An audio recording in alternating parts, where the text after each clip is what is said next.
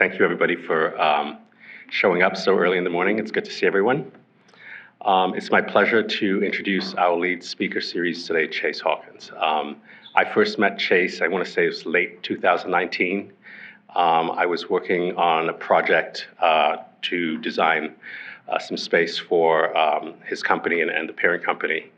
And of course, soon after that, we just sort of gotten through some initial design concepts and the pandemic hit. And we were all sort of struggling, both the clients and the architects were trying to figure out what it meant for design, what it meant for their workspace. And I think the thing that really sort of struck me about Chase was just how sort of thoughtful and insightful he is, and really brings this just real focus to issues, and I really appreciated that. So I'm really excited to hear from him today. Chase has nearly 30 years of global automotive experience, spanning 5 continents, working for General Motors for half of that time in senior leadership positions in sales, service, marketing, product planning, and pricing. He joined Carousel Motor Group in the summer of 2016 as the vice president of Porsche, before being promoted to chief executive officer and president. Prior to that, he spent 3 years as a general manager for a large multi-franchise auto group based in Chicago, and in 2020, he was named Senior VP of Retail Operations at Polat Companies. In his dual roles, he oversees both the Carousel Motor Group and JB Hudson Jewelers. He holds a Bachelor of Commerce degree from the University of Natal in his native South Africa. Please join me in welcoming Chase. Thank you.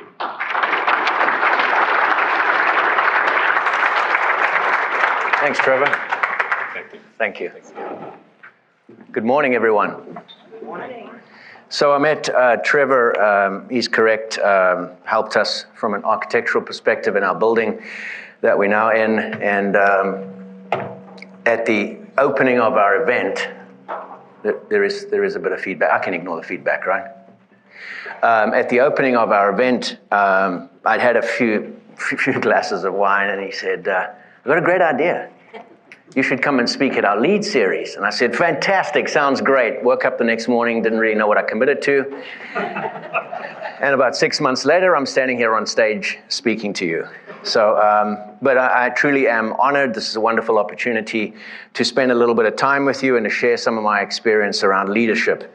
So we'll get straight into it here this morning, but as we look at leadership overall, I think you'll see that there are a lot of people out there that continue to espouse what makes a great leader. And I don't think any of them are particularly wrong. I think there's a lot of opportunity out there to take a direction that is still correct. From my experience, at least, I wanted to share with you what my top 5 attributes were, not at the exclusion of other key attributes. So let me make that clear. These are not the only 5 things you need to do to become a great leader.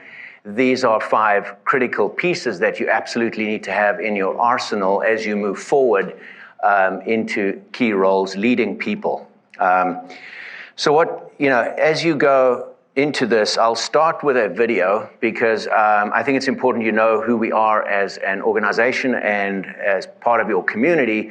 And this is my opportunity to do a little bit of advertising, which I think is always appropriate. So I'll start with a video and then we'll get into the detail here.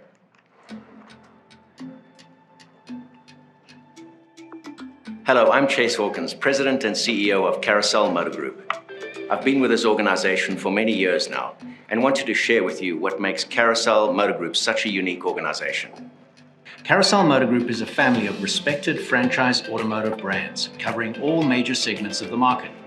We are proud to represent these global auto brands that participate in both the highly competitive mainstream volume segment of the market, as well as the premium brand German luxury segment. Additionally, we are the only dealers representing Porsche and Ferrari in the luxury performance brand segment in the state of Minnesota. We are also the only local auto group to provide an online premium pre-owned car buying experience through Carousel Online. Each business has the advantage of maintaining its own level of operating autonomy, supporting the entrepreneurial spirit and culture we are so proud of. Unlike many other automotive groups, Carousel Motor Group is part of a larger, diverse and privately held entity, the Pollard Companies. This family-run business has a portfolio of companies spanning several sectors of commercial real estate, robotics, engineering, sports and entertainment, and of course automotive. Carousel Motor Group is also an original Minnesota company and proud to serve many charities within our community, including St. Jude, TB1 Fund, Wake for Warriors, local food pantries, and many schools and local organizations. Our employees are passionate about our customers because we remain committed to an employee-first culture. For that reason, there was no surprise when we were recently named a top workplace by the Star Tribune. We pride ourselves on remaining steadfast in our belief that honesty, integrity, and hard work are the only paths worth taking. These values further underscored our culture during the COVID-19 pandemic, as we both committed to retaining all our employees and used the time to transform our business as technology leaders in how we serve our customers. I'm proud to be part of the Carousel Motor Group family. I hope you will consider joining me and working alongside others who are driven by the passion to serve each other, our community, and our customers. Okay, so a little bit of advertising content there, and hopefully I've been able to recruit half the room here today. So again, what makes a great leader? If you go into Google and you key in top 5 most enduring leadership attributes, you get results of some 120 million, right? So obviously there's a lot of opinions out there, there's a lot of content that will provide you with some insights into what those key attributes are. I think if you word cloud this, you'll start to see some of them pop out as potentially more important than others. And once again, it depends on how you search for this. But I think for us, as we've moved forward here, and some of the experience I've had, some of those key attributes, and you can see them pop out there, are really making decisions. That's a key attribute as a leader. Oh, and I'm hoping everybody's making notes because this is on the test. I've always wanted to say that when I stood up here. But so as a leader, you've got to make decisions, and I'll get into some of the specifics there. You've got to be consistent as a leader. Communication is critical. Integrity is a pathway that's not negotiable. And I think empathy is a learned skill that I'll get into a little bit over time here. And it's very nuanced, and I think one of the harder ones to ultimately master, if you ever do. So, in terms of making decisions, you cannot make progress. You cannot move an organization forward without making decisions constantly. And throughout the presentation here, I want to give you examples of some of the experiences that we've had where it's been critical to make a call. But everybody is familiar with a time 3 years ago where COVID-19 literally shut down the global economy and had a particularly significant impact on the automotive industry. At that time, I'll recall very vividly and specifically that our leaders from our stores called me up one day and said, we have a lot of concern. Our employees are very concerned about their health. They're concerned about their spouses and their children, and we should probably close our dealerships down for a period of time. That's a tough call to make when you've got an enormous expense structure of operating dealerships, and you've got nearly 800 employees that you have to make a call for. And I think in hindsight, and hindsight's always 20/20, as you know, we made the right decision. We said, let's send everybody home for a period of 3 weeks, see what transpires here. We didn't know it would be like 2.5 years. Let's send everybody home for 3 weeks, see what transpires, and then make decisions as we go. Turned out great because not only did we start returning to office after a period of 3 weeks in a slow cadence, but we also paid every single employee their full pay through this period of time and continued to do so even although we were transitioning to the office over a period of time. And it's amazing how employees would come to me and say, you've changed my life, my spouse was laid off, we have no income at home, and if it wasn't for you, we would not be in the situation we're in today. Well, by July of 2020, the industry started to come back in a serious way. We had all of our teams ready to go, so we were re-energized and continued to operate businesses where other auto groups were behind because they'd laid employees off and couldn't, all of those employees had found other employment. So it put us in a great position from a commercial perspective, but it also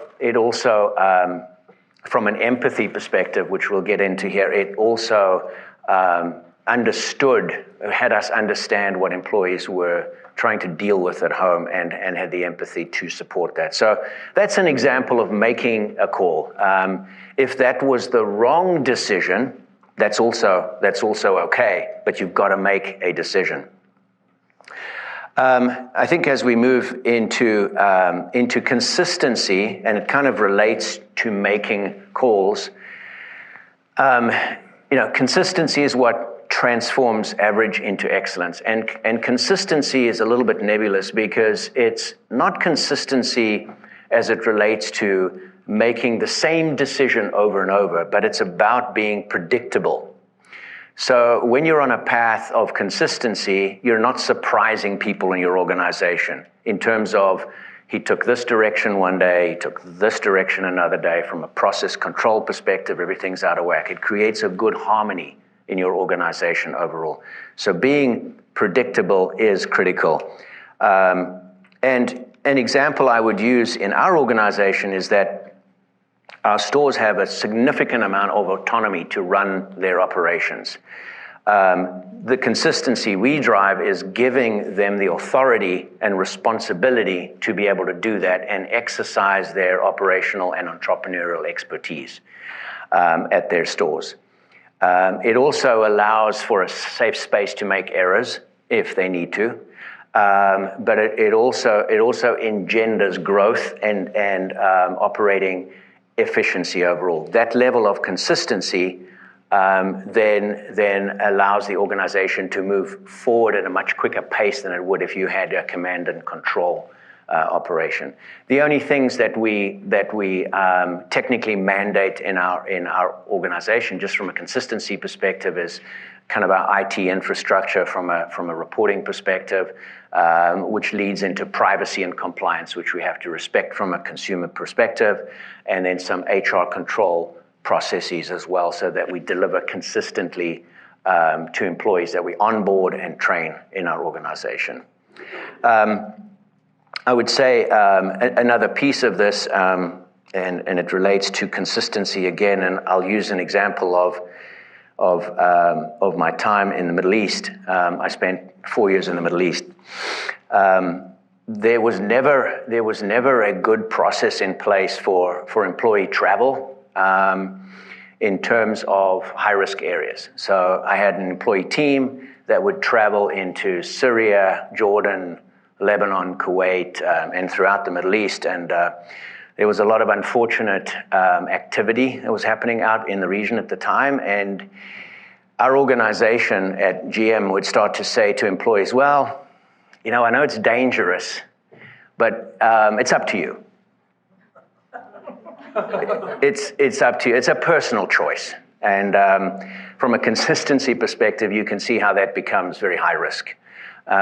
So we managed to convince our organization at the time at a global level that consistency was important and that we would use any of the mandates from the CIA in terms of high-risk areas. When there was a warning at a certain level, we would cut all of our travel off.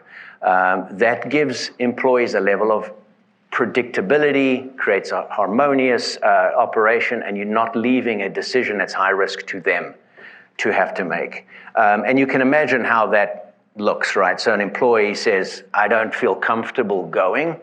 Another one says, I will go. How does that in their minds impact their career, right? And you want to avoid that risk at all costs.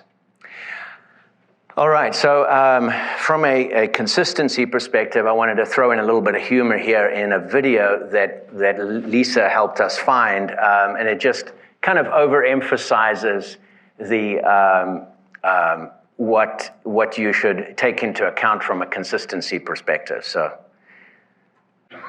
Okay, so moving into communication, another key attribute of successful leaders, and arguably, I think, one of the most important.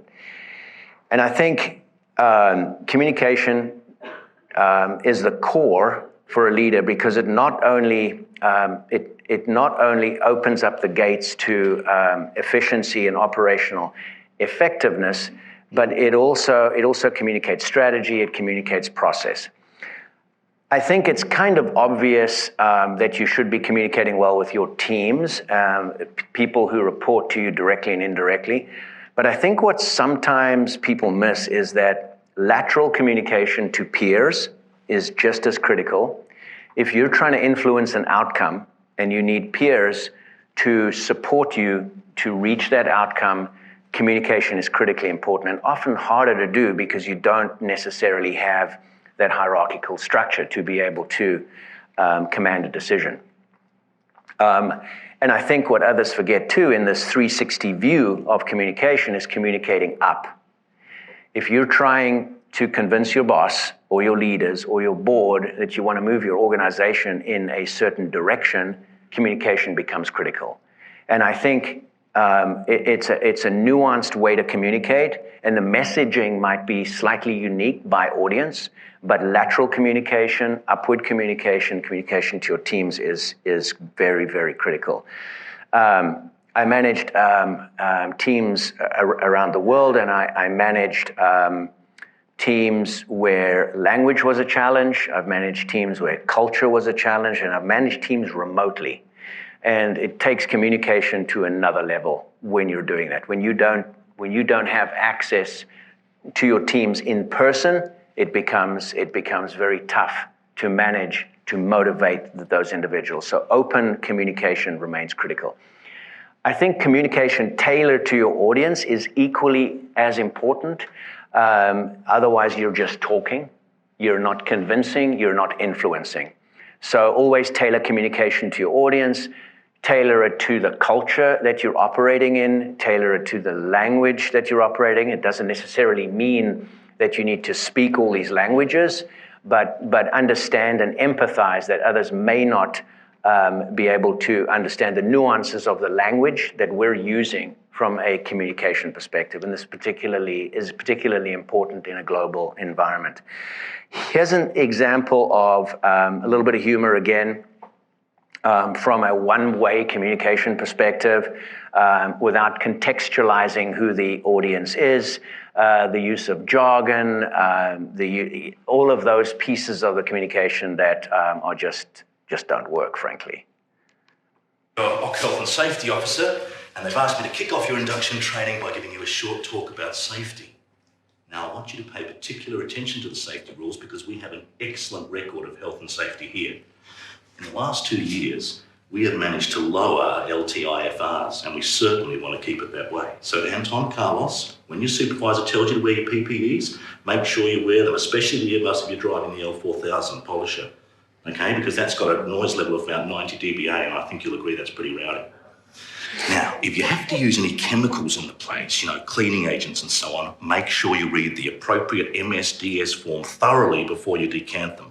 Now, you'll find one in the HasChem storehouse behind lower level 9. Now, Megan, I believe you'll be spending a lot of time in front of the VD unit accounts. Make sure you take 5 every hour or so because we don't want any RSI complaints, okay? Now, all of you... So, a great example of how not to communicate. But, the individual communicating seems very comfortable because they're communicating, they're talking. They'll walk out of the room and say, yeah, we got it. The message is clear, everybody understands, I've communicated well. This is an example of how not to communicate. There's tailoring the message to your audience again and ensuring that they actually understand the communication, not just communicating because we're talking. Okay, another key piece is integrity. And I would say integrity is that red line, right? Is that line that as a leader, as a person in an organization, as an individual in your personal life and capacity, when integrity is compromised, it's very hard to come back from that. And I think it's even more critical in a company as a leader as you move forward. Know where your North Star is. Know know what integrity means, understand the importance of it, and this is not just policies that your company may introduce as it relates to integrity. This is your North Star. This is who you are from a social perspective. This is who you are as a person. For the most part, it's pretty intuitive, but some people don't always understand that, and that ends you up in hot water. But this really engenders respect, right? And trust. And as a leader, you need to be trusted in an organization in order to move that company forward. So that honesty puts you in a position where you're looked up to as an inspirational leader and critical for your success as an individual and critical to move an organization forward. I got one example of this that I experienced in the Middle East again. We had a dealer that we had to terminate because they were underperforming, happened to be in the Emirate of Abu Dhabi in the United Arab Emirates. The franchise laws there are very different. If you happen to hold a brand, you hold the brand for that emirate, and you're generally pretty influential in that emirate when you hold that brand. The brand gets registered with that company in that state, so technically they own the rights to that brand, which is very unique. What made it even more tough for us was that the owner of this particular brand in this emirate was the sheikh, so he was royalty. A significant underperformance over a period of years, and it culminated in my CEO at the time and I driving from Dubai to Abu Dhabi and meeting with him in his palace to tell him he didn't have the franchise anymore. A little bit scary when you walk into a palace and you're in the Majlis area, which is a room about this big, and there's security everywhere, and you don't know if you're going to make it out of the building or not. But communicated the message, and he understood the message. He didn't appreciate it, but handed us a bag each, and he said, look, there's some swag in here for you. It's some branded merchandise, some calendars and things. I appreciate everything. We need to have another discussion because we don't buy into this. So we left, and we exhaled once we got in the car because we knew that might be okay. And about a half an hour into our drive back, I opened the bag up, and there was a calendar in there that was branded and a Rolex watch at the bottom. So we did a U-turn, went back, handed the Rolex back, and said, I understand what you're trying to do here. No, it's a gift. It's fine. You keep it. We've got a good relationship. No. So that level of integrity, I think, is critical because you never want to be compromised. You never want to be in a position where you have to say, oh, it's probably because he did this that I now have to do that. So never put yourself in that position from an integrity perspective. I would say that one of the hardest attributes to master, and it'll take a lot of time through your career, is empathy. And empathy is patiently and sincerely seeing the world through the other person's eyes. It's not learned in school, it's cultivated over a lifetime.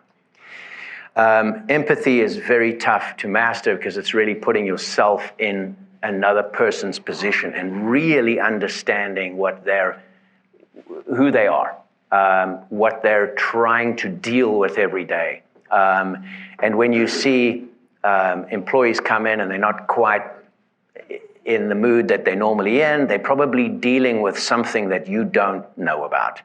And there's a great video here that I want to use to illustrate this much more eloquently than I can describe to you.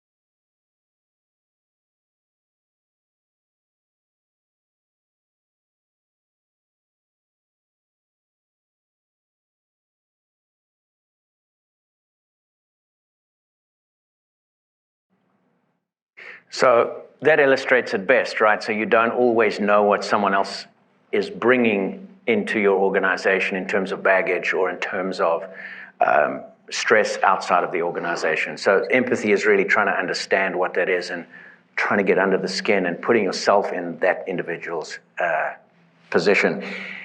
There is a line between sympathy and empathy that is often confused. And I think what I want to show you next year is a really good, little bit humorous again, example of what is unique between sympathy and empathy. Is it very different than sympathy? Empathy fuels connection. Sympathy drives disconnection. Empathy, it's very interesting. Teresa Wiseman is a nursing scholar who studied professions, very diverse professions where empathy is relevant, and came up with 4 qualities of empathy. Perspective taking, the ability to take the perspective of another person or recognize their perspective as their truth. Staying out of judgment, not easy when you enjoy it as much as most of us do. Recognizing emotion in other people and then communicating that. Empathy is feeling with people. And to me, I always think of empathy as this kind of sacred space when someone's kind of in a deep hole and they shout out from the bottom and they say, I'm stuck, it's dark, I'm overwhelmed. And then we look and we say, hey, you climb down.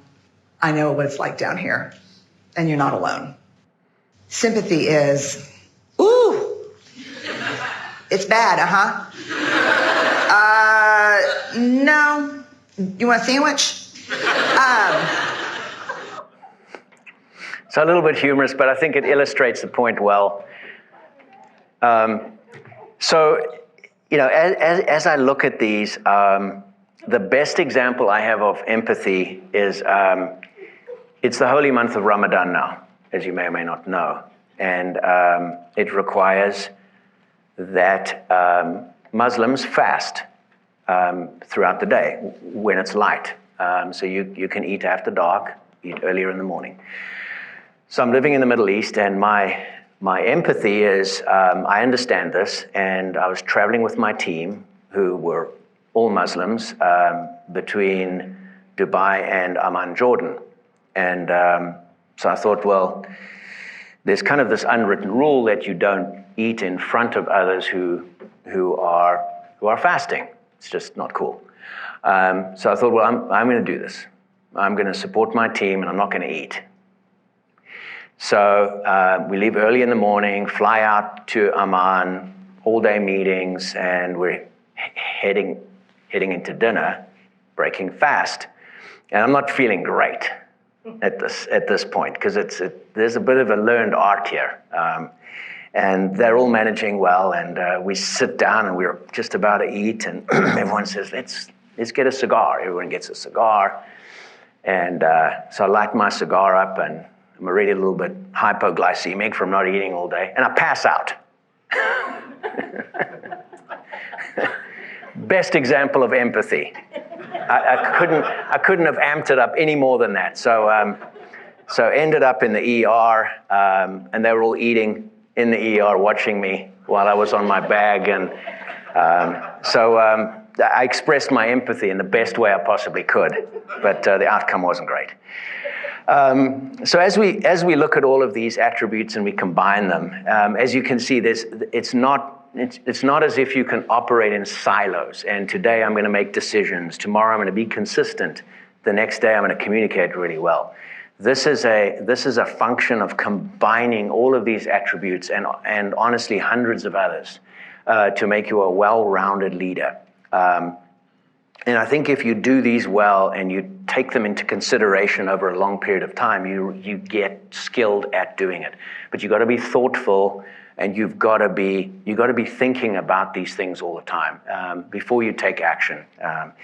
And you know, I would also add that great leaders encourage leadership development of others, but open to learning themselves, right? Open to developing themselves. You never stop learning.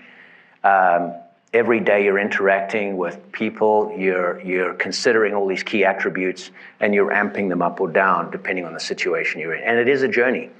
And I would also say that, over your career, you're going to end up working for some terrible people. It's just a reality.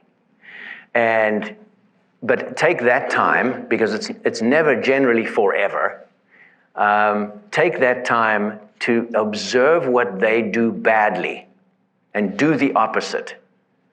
So they're learnings from leaders who are great at what they do, and it's very easy to take those attributes and say, I want to emulate that. That's who I want to be. But I think we often shut off when we're working for someone who's not a great leader. Take that time to look at that and say, well, what are they doing that I really don't want to do again? Use that opportunity to say, I'm going to add some of those key opposite attributes to who I am as a person and as a leader.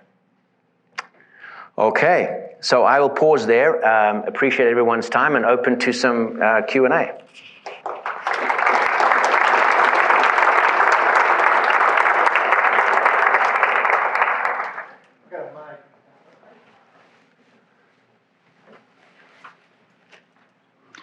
Thank you for the presentation.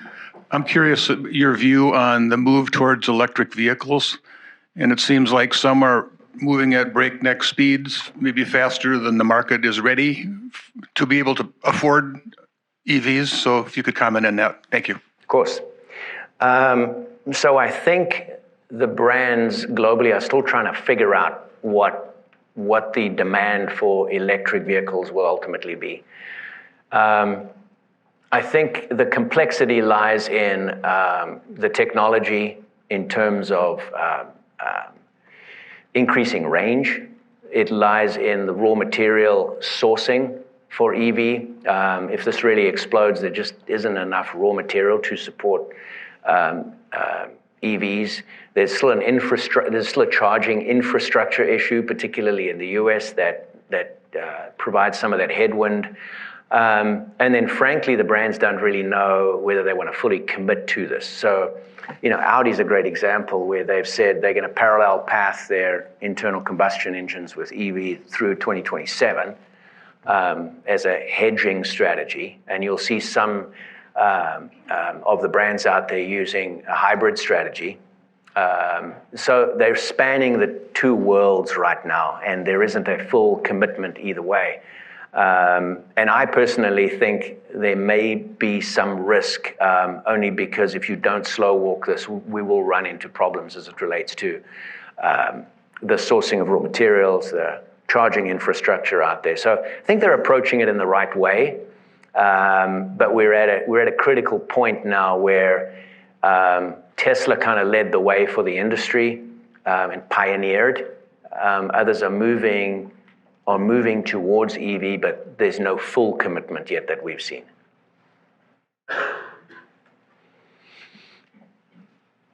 What about alternative fuels such as propane or hydrogen? So propane and hydrogen, some of the brands are experimenting in the commercial space with trucks and buses. We haven't really seen that trickle down to personal vehicles at this point. Toyota is looking at a hydrogen option, but we really haven't seen anything from a mainstream perspective. That comes with its own challenges as it relates to refueling from an infrastructure perspective too. And there really is no infrastructure for that at this point. So I think you'll see more of it in the commercial space, in the commercial application space, than you will in the mainstream space. Thank you again for being here this morning. How do you think working in an environment where you were a minority shaped your view and your development on this top five? I didn't understand the end of the question. I'm sorry. So it seems like you worked abroad for a number of years. Right. And when you're working internationally, your cultural norms may be the minority in that environment. How do you think that shaped your development in the top five? Great question. I think it comes with hyper-awareness, and it comes with understanding who you are and empathizing with the environment that you're in. it does require that you adapt to a certain point, but without compromising your principles. And it also makes you hyper aware of how you communicate from a cultural perspective, understanding the norms. Having spent time in Dubai, I lived there for 4 years, it's very easy to get sucked into this idea that because of the tourism there, it's a Western country. It's a Muslim country. And people crossed a lot of boundaries and ended up in a lot of trouble because of that. So I think if I could use any description for that, I would say it's just super hyper awareness that shapes who you are as an individual, and then helps you to tailor how you interact with other people and how you communicate.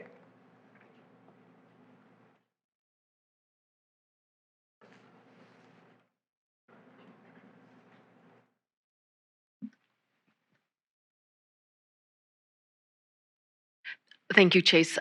All so interesting to get your list and hear something about your story. I'm interested about Carousel and how you navigate how you navigate like the present, what your sales are, and how you navigate all the future forecasting. So obviously every company is different. The students may be interested in this too. Like, how do you sit down and do a 5-year plan, a 10-year plan? Can you talk a little bit about that whole future forecasting area? Very good, thank you.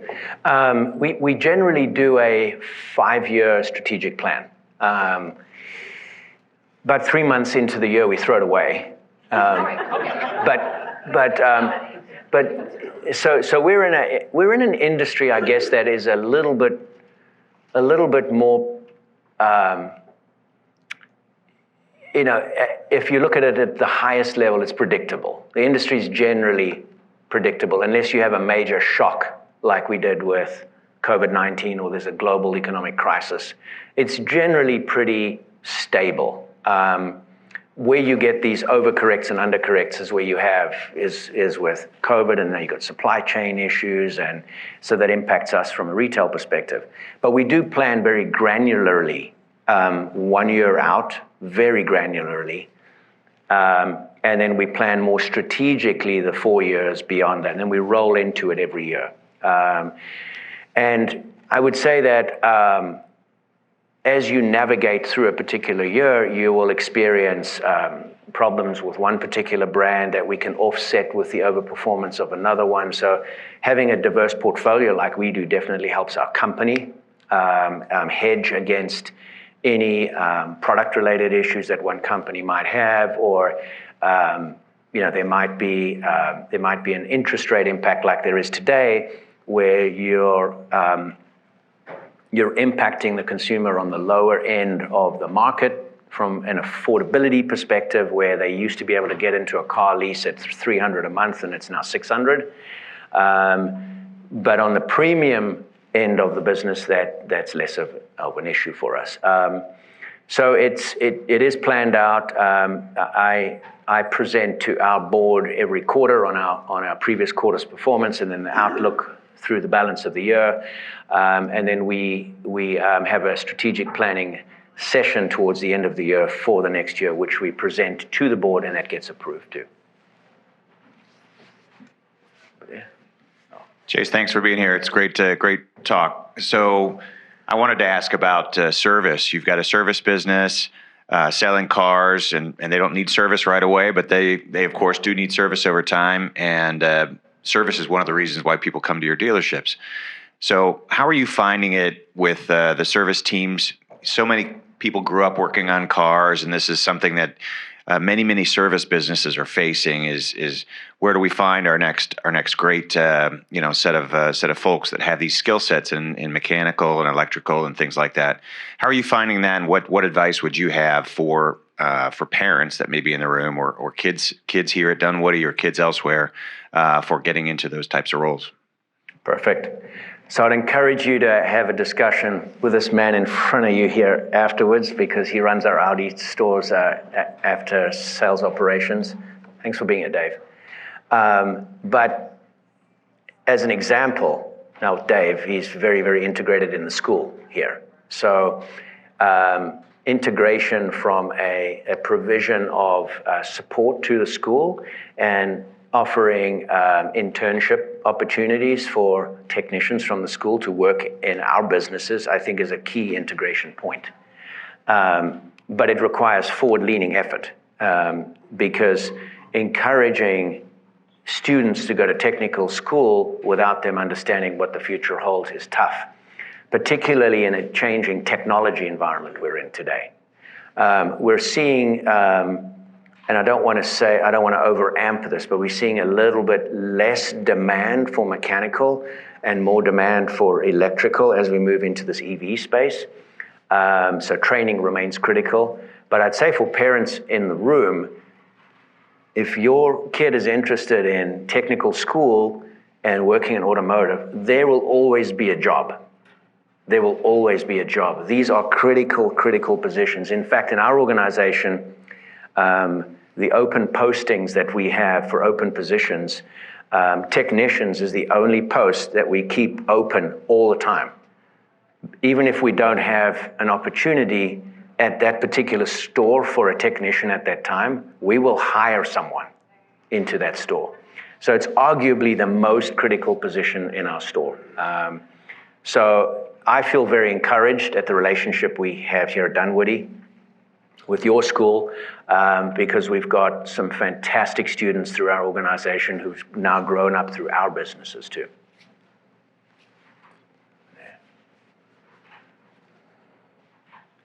Hey Chase, thanks for coming. This is a great conversation, and I appreciate your take. It seems per your presentation and the beginning slides that empathy and charitable giving is part of the brand for Carousel and Poland as a whole, which I applaud and think that's very commendable. So my question is, what advice do you have for companies where that isn't the culture yet? I mean, it's hard to change the shift when that isn't, right? Especially as you mentioned, when you have not so great leaders, right? So what advice would you have for those companies? So there really isn't a solution that is easy and immediate.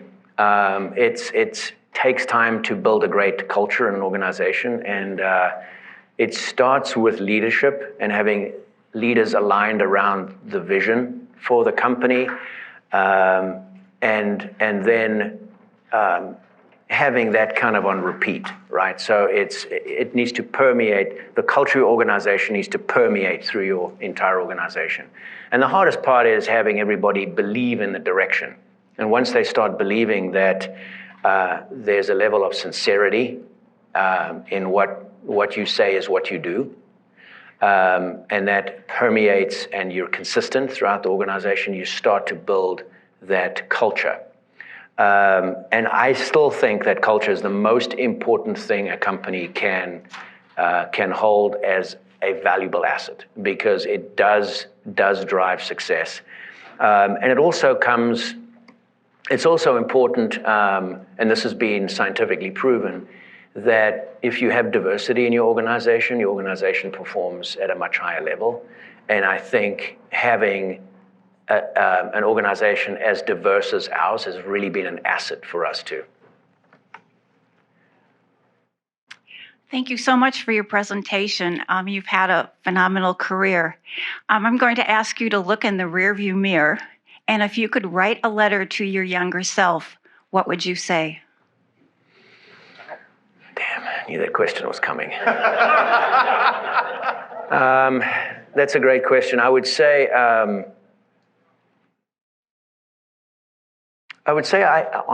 probably spent too much time at GM. If I'd had an opportunity to leave a little bit earlier, because you get into a little bit of a cultural rut. And I had a phenomenal global experience with them. But as a company in general, it's so large and so hard to change the culture in a company like that I would be trying to change a culture of a company that had that many employees from the position I was in, which there's a lot of headwind. So I probably wouldn't have spent the 18 years I was there. I had a great time, and I lived all over the world with them and worked all over the world. But I probably would have moved on a little bit earlier to get a little bit more experience in other companies and then use the skills I'd learned to influence those other businesses.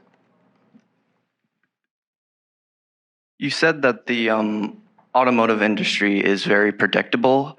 However, I'm curious to know how you would change your strategy in the event that government policies would, either in this country or other countries, reduce the number of car sales.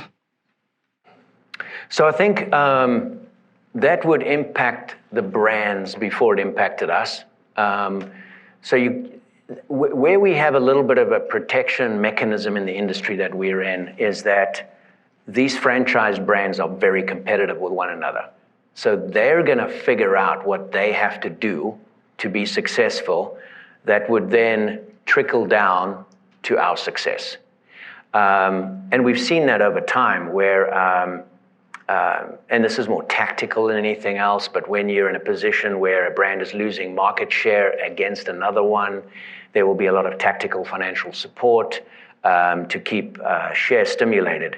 I would say that I would hate to be in the seat of some of the CEOs today of these big brands globally, because there is an unpredictable future coming as it relates to global emissions and restrictions around that and how that's navigated, particularly, and there are these layers of complexity depending on where you are in the world, to your point.